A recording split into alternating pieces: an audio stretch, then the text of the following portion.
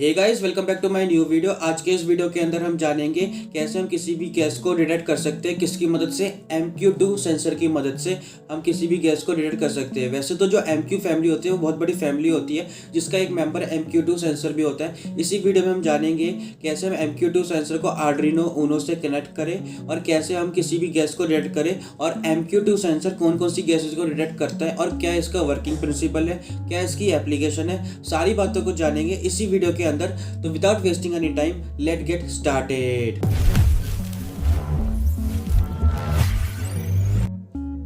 So guys, सबसे पहले जान लेते हैं कि जो हमारा MQ2 सेंसर है ये कौन कौन सी गैसेस को डिटेक्ट कर सकता है। जो हमारे पास गैस होती है वो LPG, propane, hydrogen, methane, alcohol, smoke, carbon monoxide.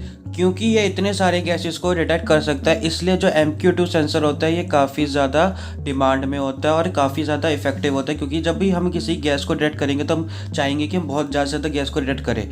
कुछ केसेस ऐसे होते हैं कि जिसमें हम चाहते हैं कि हम कुछ ही गैसेस को डिटेक्ट करें, तो उसके लिए हम दूसरे MQ सेंसर का यूज़ करते हैं। जैसे कि मैं आपको बताता हूँ, हमारे पास मेनली 12 MQ सेंसर की सीरीज़ होती है। जो कि हमारे पास जैसे MQ2 हमने बात कर ली किस किस को डिटेक्ट कर सकता है। MQ3, MQ4, MQ5, MQ6, MQ7, MQ8, MQ9।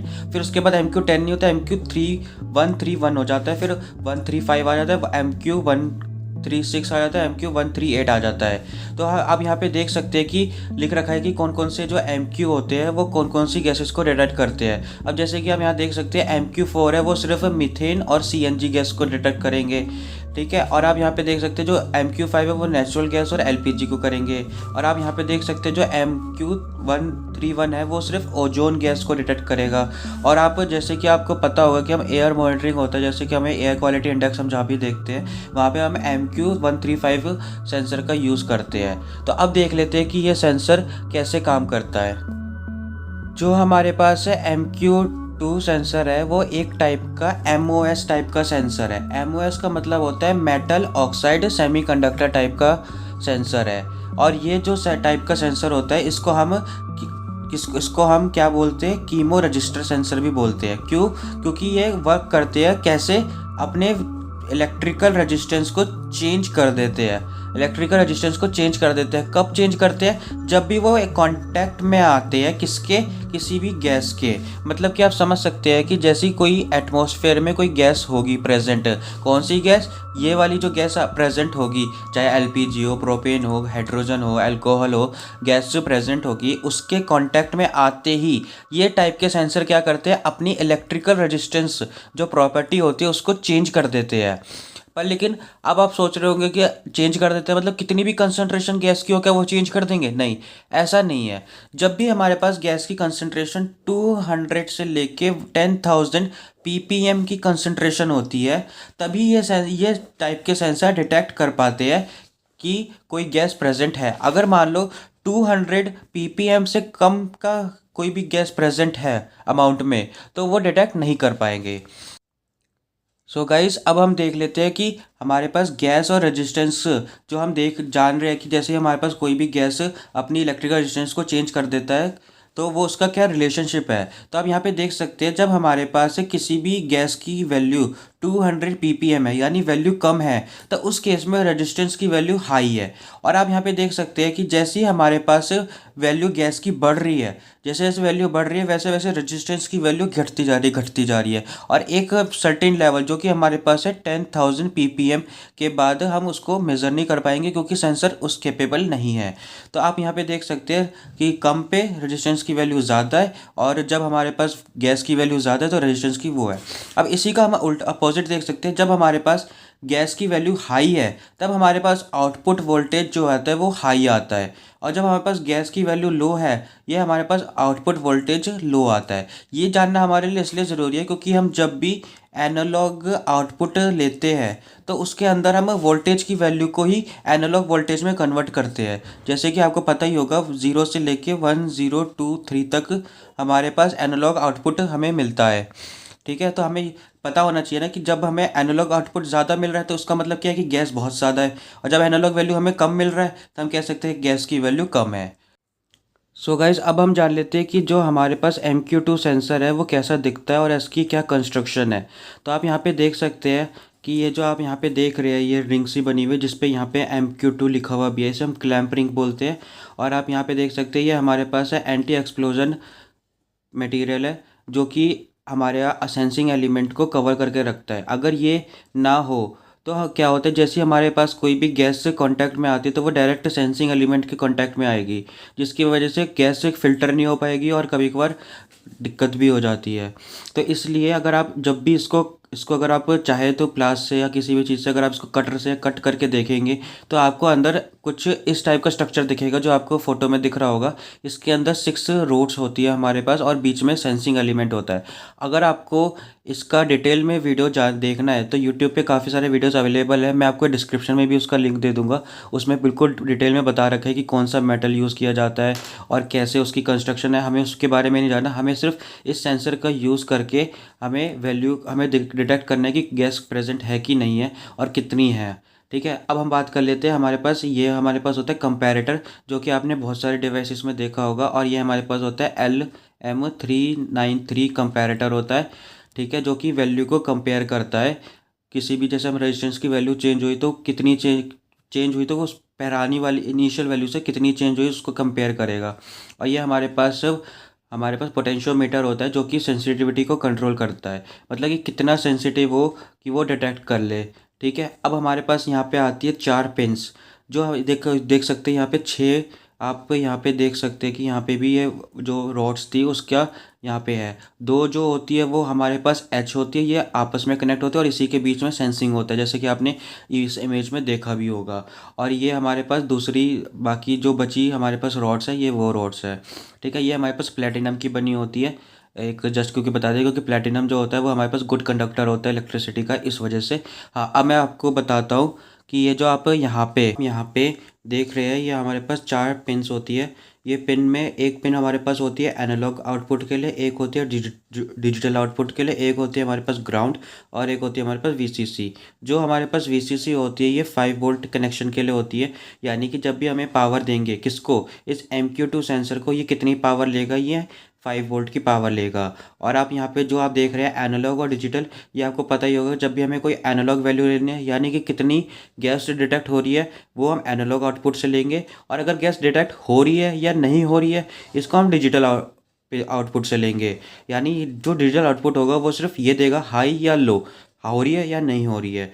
ठीक है, और आप यहाँ पे देख सकते हैं एक हमारे पास पावर LED है, ये बताती है कि इसको अभी पावर मिल रही है नहीं मिल रही है। अगर किसी मान लो कि हमने 5 वोल्ट से कनेक्ट किया और इसको पावर नहीं मिल रही तो ये LED ऑफ हो जाएगी। और ये हमारे पास है आउटपुट LED, ये बताती है कि इसको कोई भी गैस डिटेक्ट हुई है कि नहीं हुई है। तो गाइज अब चलते हैं हम कनेक्शन की तरफ, कैसे हम आर्डिनो यूनो को LED का यूज़ करके और MQ2 सेंसर का यूज़ करके कनेक्ट करते। तो इसके लिए हमें सबसे पहले चाहिए होगा एक आर्डिनो ऊनो, एक MQ2 सेंसर, एक male to female jumper wire और एक LED। तो इसके कनेक्शन के लिए सबसे पहले आपको एनालॉग वाली पिन में, एक VCC वाली पिन में और एक ग्राउंड वाली पिन में कनेक्ट कर लेना है। फिर जो आपने एनालॉग वाली पिन होगी उसको आपको A5 से कनेक्ट कर देना है।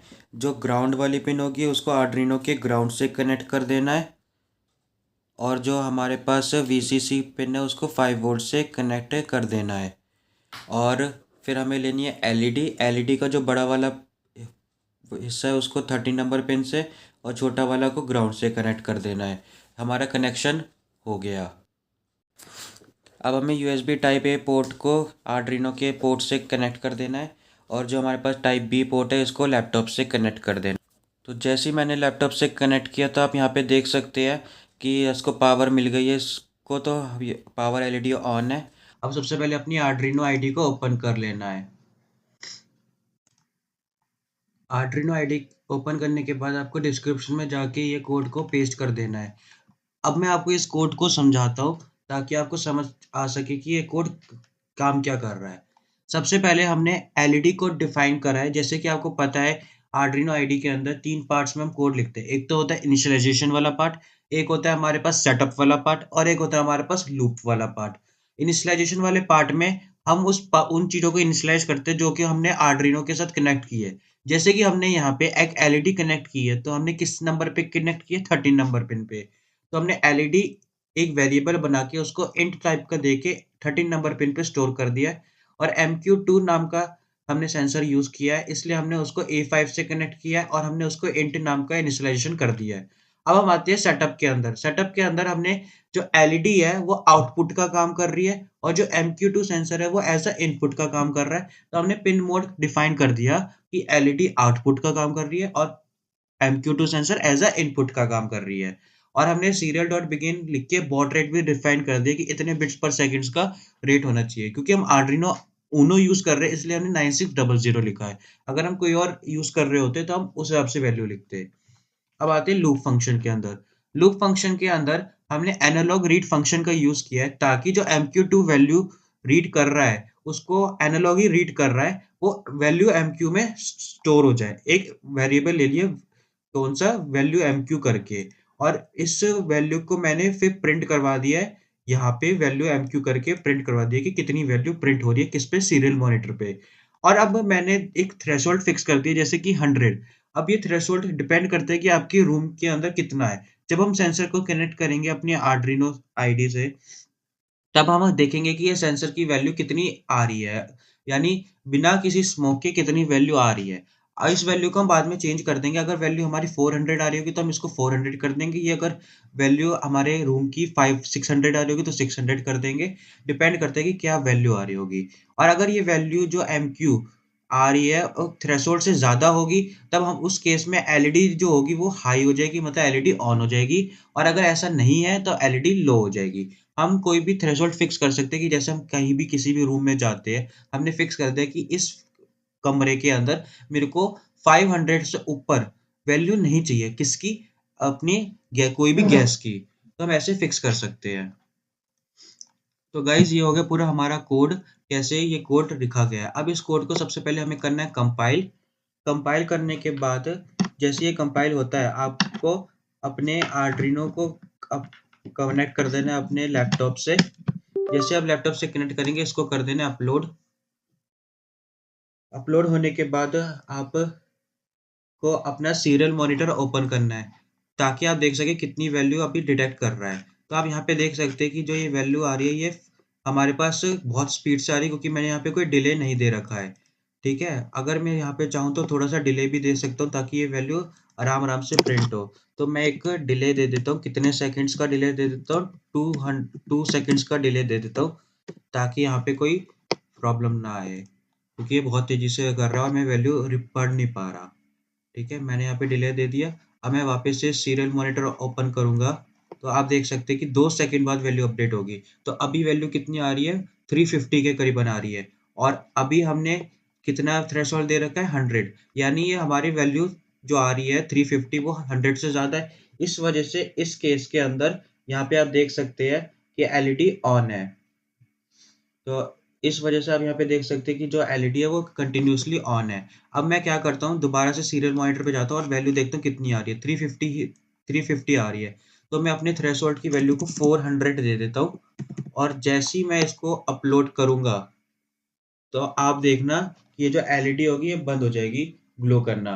तो यानी थ्रेशोल्ड वैल्यू से वो हो गई, कम हो गई। इस वजह से ग्लो करना बंद हो गई। तो आप यहाँ पे देख सकते हैं पावर इसको मिल रही है। ज़्यादा देर करोगे तो ये गर्म भी हो जाएगा क्योंकि ये एक तरीके से हीटिंग पे ही काम करता है। तो आई होप आपको समझ में आया होगा। इस आई होप आपको समझ में आया होगा कैसे MQ2 सेंसर काम करता है।